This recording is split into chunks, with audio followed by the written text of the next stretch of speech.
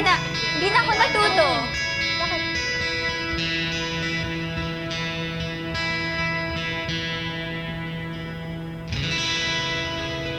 Ano ba ako sa'yo? Ano ba lang God, Ma? I'm so happy. Ito na yan. Chef!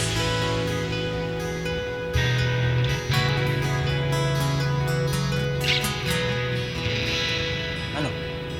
Ito ba? Kayo na ni Sean? Nalingat lang ako, pinagpalit mo na ako.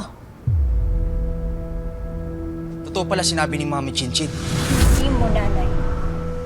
Si Miss Chinchin. Ha?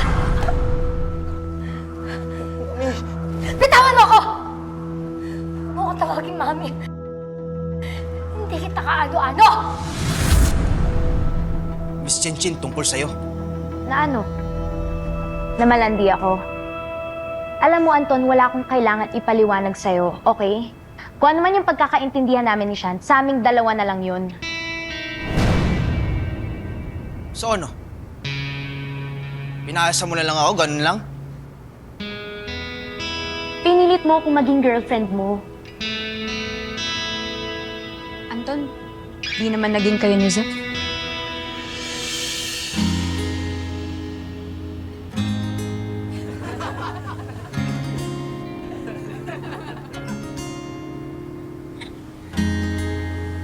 Tsaka as we speak, pinaghihirapan din siya ng pagbalik as basketball team captain. At alam na ng lahat na peking anak ka ni Miss Chinchin, kaya tigil-tigilan mo yung pagkukunwari mo. Okay, walang kinalaman si Anton sa mga ginawa ng tita Sylvia niya. Biktima lang din siya dito. Chef, pwede ba?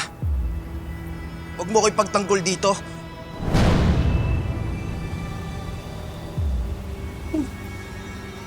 Tara na!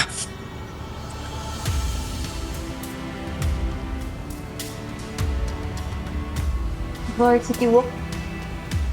Ayun. Zef, Ash. Pasensya na.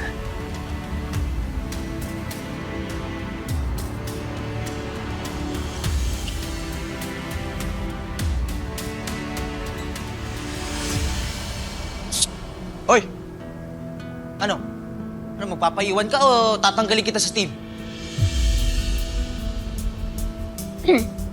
Bryce, maintindihan ka namin kung sasama ka kay Anton. Importante yung pagiging varsity mo. Sige na.